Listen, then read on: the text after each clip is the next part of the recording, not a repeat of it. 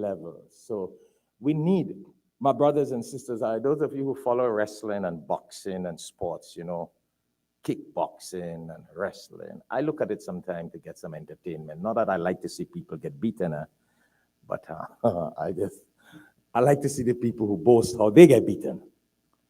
And if you listen to this terminology in that sport, you will hear the word unleash the beast inside of me. Have you ever came across that? And a boxer and a wrestler and a kickboxer really want to get at someone. They say, that night I will unleash the beast inside of me.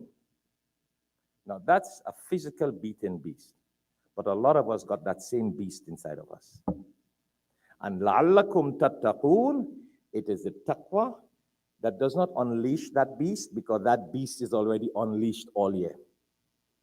The la'allakum tattaqoon, it's that leash that you tie down that beast. Have you seen moms, if they have a wild child? No, sorry, let me take back that word. I put it back. If they have a child that likes to run around, and you go to the airport and the child is running around, oh boy, you know, I were in Hong Kong, and there was someone with us, and they had a child like that, nice child, smart child, wonderful, clever child. The boy pressed the fire alarm with us in the elevator. I'm like, oh Allah, all the way in Hong Kong? Come on. So I had to tell her, I said, get a leash and put it on your hand and put it on his hand, so we could all be safe. I deliberately tell her that. But he's so clever, he's so smart, but he wants to so smart everybody. You're in the airport, he's out in the main road. He already crossed the border lines, you know. So what I'm saying, inside of us, we have that beast. You know that beast? The beast that the wrestlers used to beat other people. We got the beast inside of us that abuse other people. We got the beast that insult other people. We got the beast that does not care for poor people. We got the beast that is oppressive to other people. So we got a taqwa, fasting, God consciousness is supposed to tie down that beast.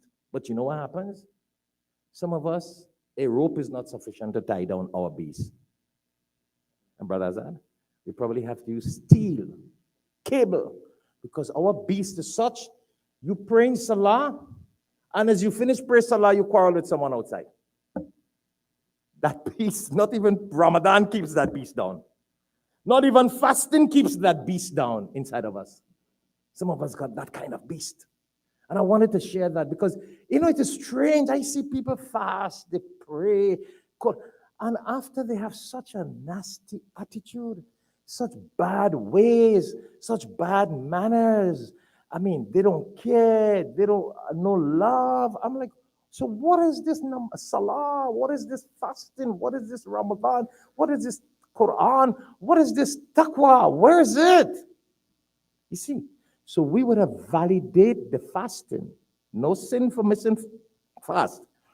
But if we don't become God conscious in our attitude, our mannerism, our behavior with our wives, our husbands, our children, our neighbors, our workers, co-workers, and everyone else, if that change is not in us, forget about it. We did not attain taqwa. You go digest that.